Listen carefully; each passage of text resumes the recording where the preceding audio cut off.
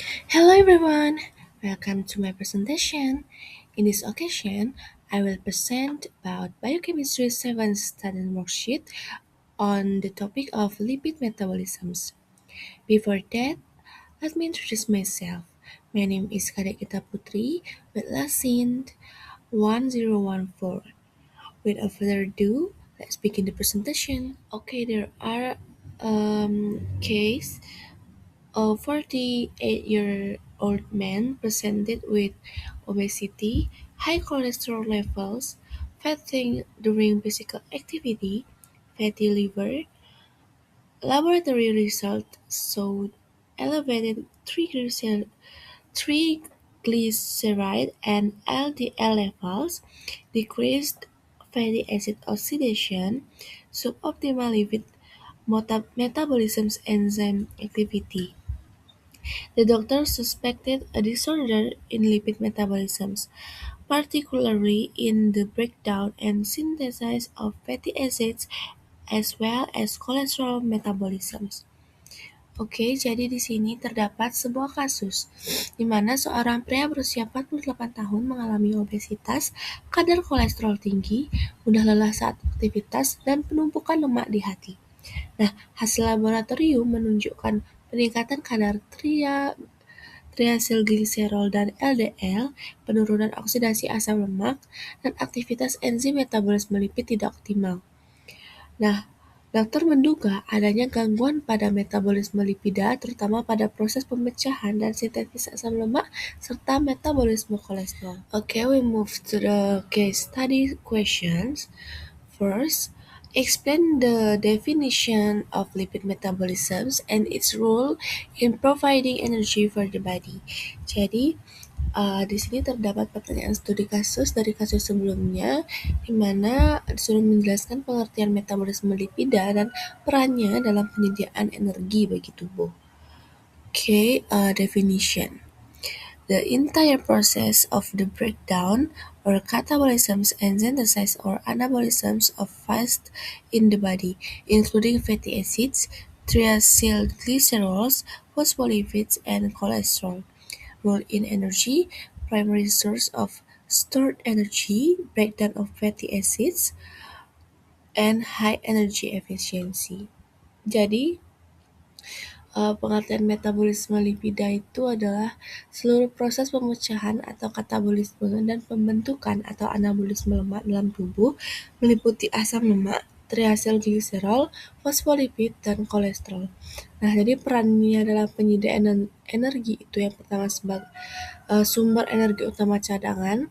Nah, lipida, terutama triacylglycerol, merupakan bentuk penyimpanan energi terbesar dalam tubuh. Lalu pemecahan asam lemak atau beta oksidasi. Nah, asam lemak dipecah menjadi asetil-CoA yang kemudian masuk ke siklus Krebs untuk menghasilkan ATP dalam jumlah besar. Lalu efisiensi energi tinggi. Nah, lipida menghasilkan energi lebih besar dibanding karbohidrat karena menghasilkan lebih banyak NADH dan FADH2. Jadi, metabolisme lipida ini berperan penting dalam menyimpan dan menghasilkan energi, terutama saat tubuh membutuhkan energi dalam jangka panjang, seperti saat puasa atau aktivitas fisik. Okay, the second question is explain the main stage of fatty acid beta oxidation within cells, including the location of the process. Jadi di sini disuruh menjelaskan tahapan utama beta oksidasi asam lemak dalam sel, termasuk lokasi proses tersebut. Jadi dapat dilihat di gambar. The states first is dehydrogenase or oxidation 1, hydration, dehydrogenase or oxidation 2, and thiolysis atau cleavage. Jadi pertama lokasi beta oksidasi itu terjadi di mana sih? Jadi beta oksidasi ini terjadi di mitokondria ya, tepatnya di matriks mitokondria. Nah, setelah asam lemak diaktifkan di sitoplasma dan masuk ke mitokondria melalui sistem karnitin.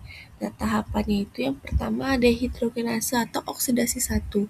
Jadi enzim asil CoA dehidrogenase ini menghasilkan 2 hidrogen dari atom alfa atau di C2 dan beta di C3 membentuk ikatan rangkap. dan menghasilkan FADH2.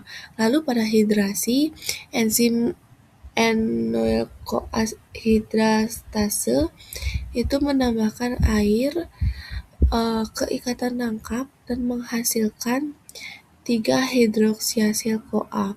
Lalu pada dehidrogenase atau oksidasi 2, enzim 3-hidroksiasil-CoA dehidrogenase ini mengoksidasi gugus hidroksil atau OH pada karbon beta menjadi gugus keton menghasilkan NADH. Lalu pada tahap diolisis atau pemisahan, jadi enzim beta ketotiolase itu memutuskan ikatan antara karbon alfa dan beta menggunakan koenzim A sehingga menghasilkan 1-asetil-CoA dan 1-asil-CoA yang lebih pendek atau berkurang 2 karbon. Jadi proses ini akan berulang hingga seluruh rantai asam lemak terurai. Jadi hasil akhirnya asetil-CoA itu nantinya akan masuk ke siklus Krebs. Lalu asil CoA itu akan terus berulang membentuk beta oksidasi ini. Lalu ada tadi NADH dan FADH2. Nah, itu nantinya akan masuk ke rantai transport elektron dan menghasilkan ATP. Jadi, beta oksidasi adalah proses pemecahan asam lemak di mitokondria menjadi asetil-CoA, NADH, dan FADH yang kemudian digunakan untuk menghasilkan energi dalam jumlah besar. Okay, the next question is, based on the case, why can a decrease in fatty acid oxidation lead to fat accumulation in body? Jadi berdasarkan kasus, mengapa penurunan oksidasi asam lemak dapat menyebabkan penumpukan lemak dalam tubuh? So, decrease in fatty acid beta oxidation leads to fat accumulation because fatty acids cannot be optimally broken down into energy. Biochemical analysis. First, unmetabolized fatty acids. Second, accumulation of fatty acids, triacylglycerols. Third, fat accumulation in the liver. Last, reduce energy fatigue. Jadi, penurunan beta oksidasi asam lemak ini menyebabkan penumpukan lemak itu karena asam lemak tidak dapat dipecah secara optimal menjadi energi. Jadi, yang pertama, asam lemak tidak teroksidasi. Nah, jika beta oksidasi menurun, asam lemak tidak diubah menjadi asetil-CoA sehingga tidak masuk ke siklus Krebs untuk menghasilkan energi. Lalu, akumulasi asam lemak. Nah, asam lemak yang tidak digunakan akan kembali disintetis menjadi triacylglycerol atau lemak dan disimpan di jaringan adiposa serta hati. Nah, lalu menyebabkan penumpukan lemak di hati. Nah, di hati kelebihan asam lemak ini akan menyebabkan akumulasi trigliserida sehingga terjadi pelemakan hati. Lalu energi ini akan berkurang atau mudah lelah. Nah, karena asam lemak tidak dimanfaatkan sebagai sumber energi, produksi ATP akan menurun dan menyebabkan kelelahan.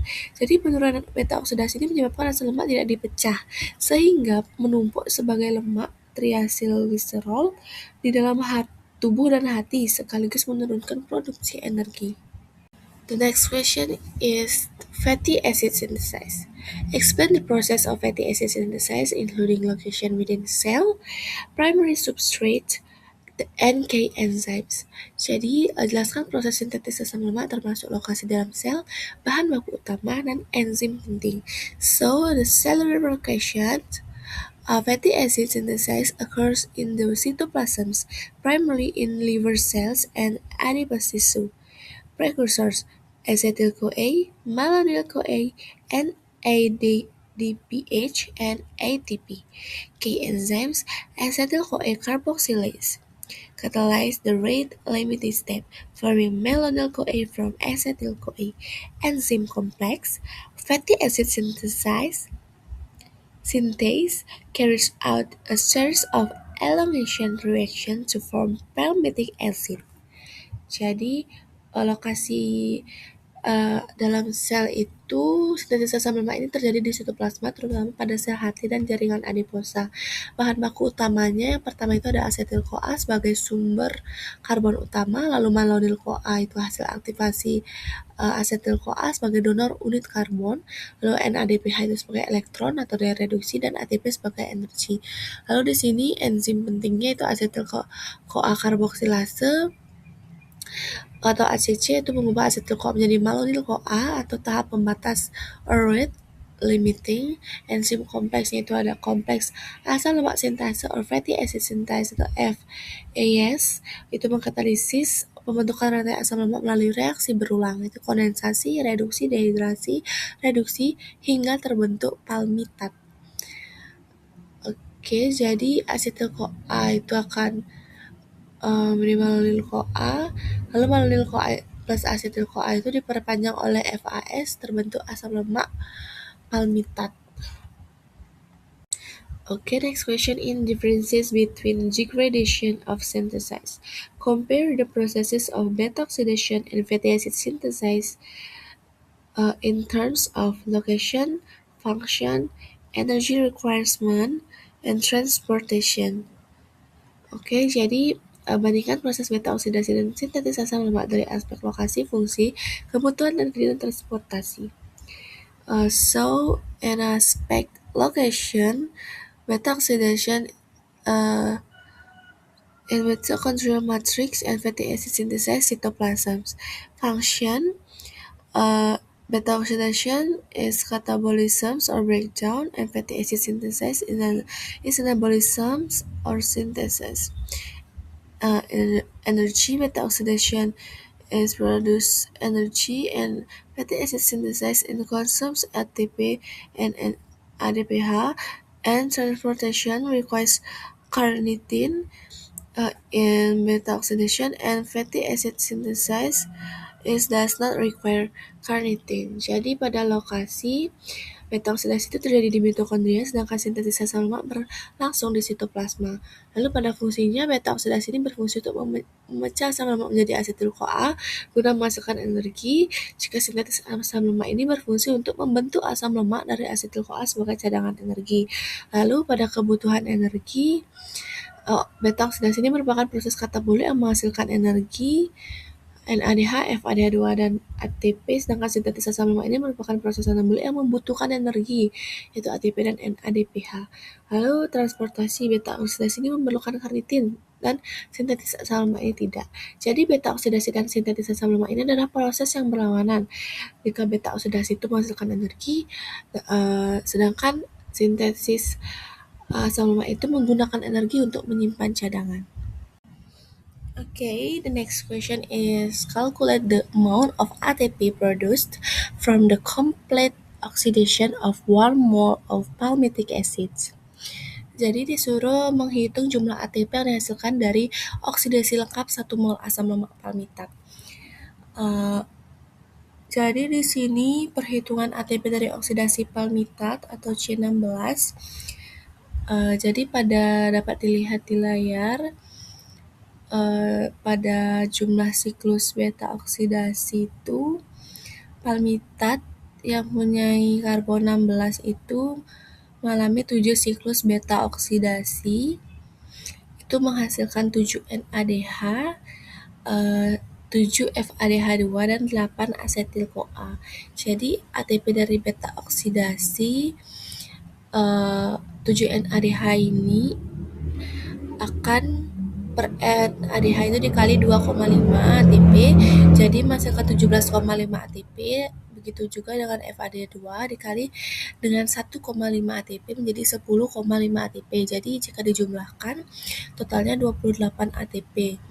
Nah, lalu ATP dari siklus Krebs atau 8 asetil-CoA. Di satu asetil-CoA itu menghasilkan 10 ATP, sehingga 8 kali 10 menghasilkan 80 ATP. Jadi total ATP kotor tadi dari NADH dan FADH2 itu 28 dan siklus Krebs itu 80 menjadi 108 ATP.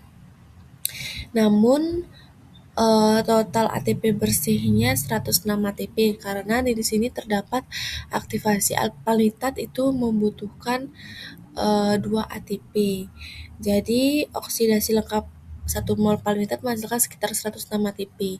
Jadi jauh lebih besar dibandingkan glukosa, sehingga asam lemak merupakan sumber energi yang sangat efisien. Okay, next question is triacylglycerol metabolisms. Explain how triacylglycerols are synthesized and are broken down atau lipolysis, as well as their role in energy storage.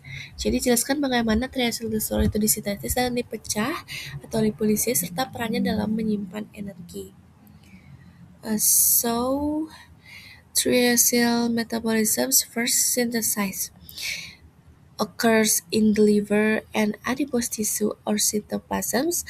Fatty acids are active into acyl-CoA then combined with glycerol 3-phosphate through several stages of esterification. Triacylglycerol are formed and triggered by insulin during energy surplus after eating.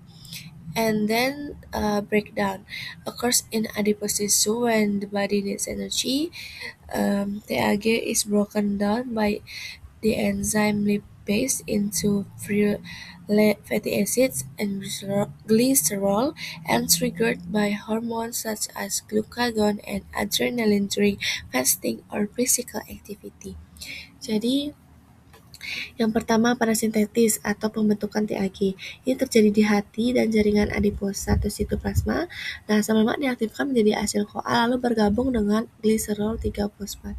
Lalu melalui beberapa tahap esterifikasi itu terbentuk triacylglycerol dan dipicu oleh insulin saat kelebihan energi, biasanya setelah makan.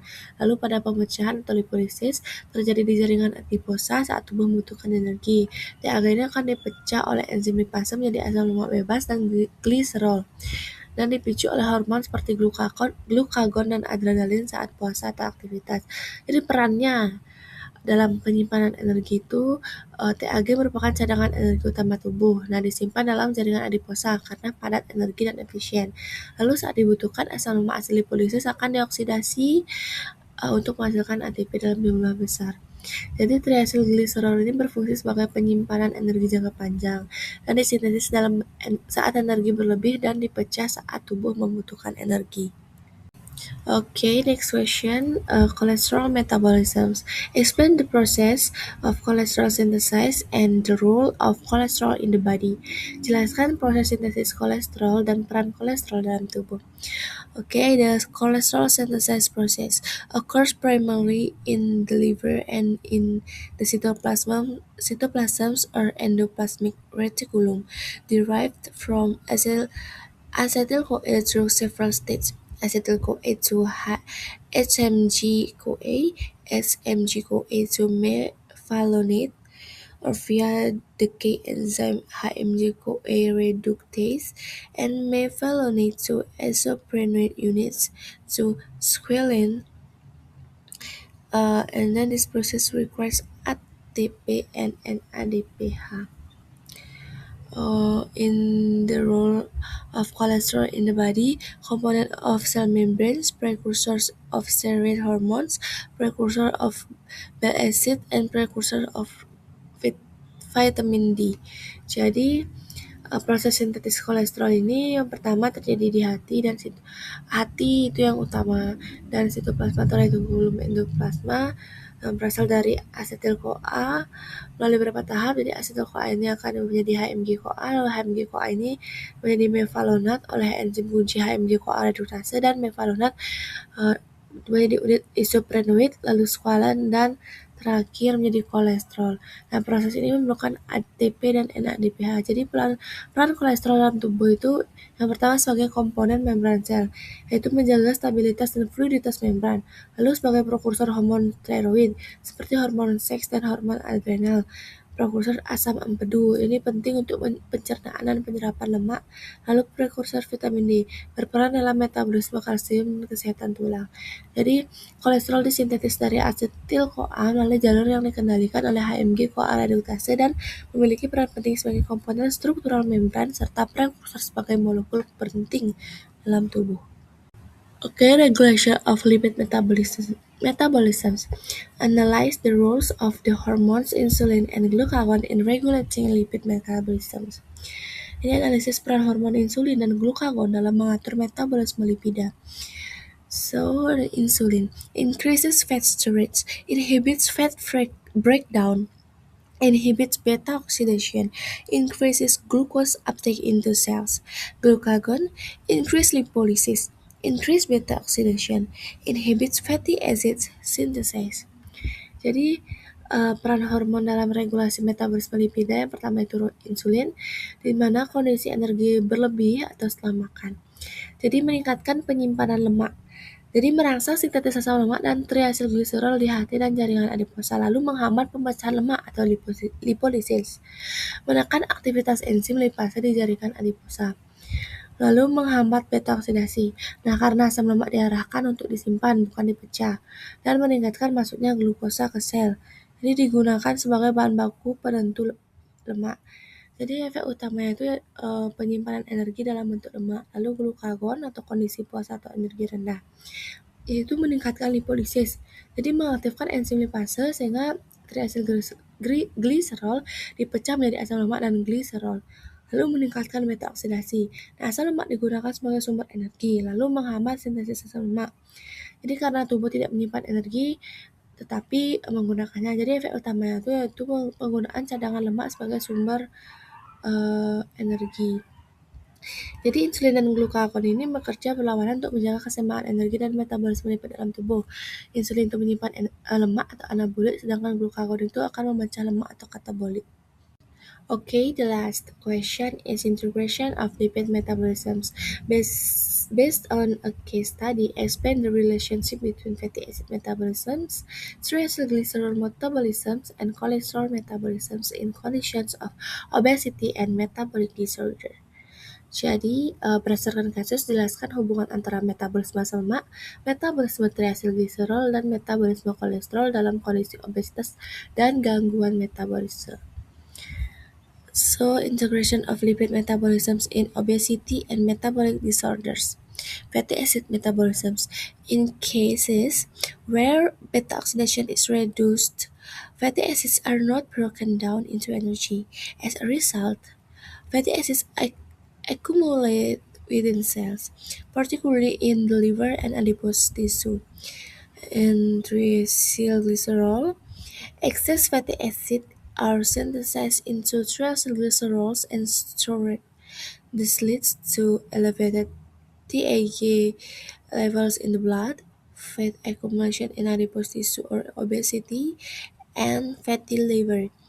In cholesterol metabolisms, a liver with excess fat increases the production and secretion of lipoprotein, especially LDL. This leads to high cholesterol levels, which pose a risk for cardiovascular disorder. Jadi, integrasi metabolisme lipida pada obesitas gangguan metabolisme pada metabolisme asam lemak. Nah, jadi pada kasus terjadi penurunan beta oksidasi sehingga asam lemak tidak dipecah menjadi energi, akibatnya asam lemak menumpuk di dalam sel, terutama di hati dan jaringan adiposa. Lalu pada hubungannya dengan metabolisme triacylglycerol, asam lemak yang berlebihan akan disintesis menjadi triacylglycerol dan disimpan. Hal ini menyebabkan peningkatan TAG dalam darah, penumpukan lemak di jaringan adiposa atau obesitas, dan pelemakan hati atau fatty liver. Dan hubungan dengan metabolisme kolesterol. Hati yang mengalami kelebihan lemak akan meningkatkan produksi dan sekresi lipoprotein, terutama LDL. Hal ini menyebabkan kadar kolesterol tinggi yang berisiko terhadap gangguan kardiovaskular. Jadi keterkaitan antar jalur, jika penurunan oksidasi asam lemak itu asam lemaknya akan menumpuk, lalu asam lemak berlebih itu diubah menjadi TAG dan disimpan. Nah, pada hati kelebihan lipid jadinya, sehingga meningkatkan produksi kolesterol dan LDL. Jadi dampak pada tubuh obesitas akibat akumulasi lemak, fatty liver akibat penumpukan TAG di hati, dislipidemia atau TAG dan LDH tinggi, dan produksi energi akan menurun, jadinya mudah lelah.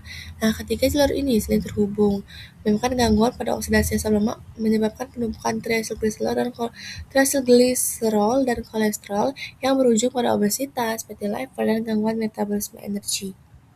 Okay, that's all from me. I apologize if there are any mistakes from my presentation. I hope this video is useful for all of us. See you in the next video. Goodbye, everyone. Thank you.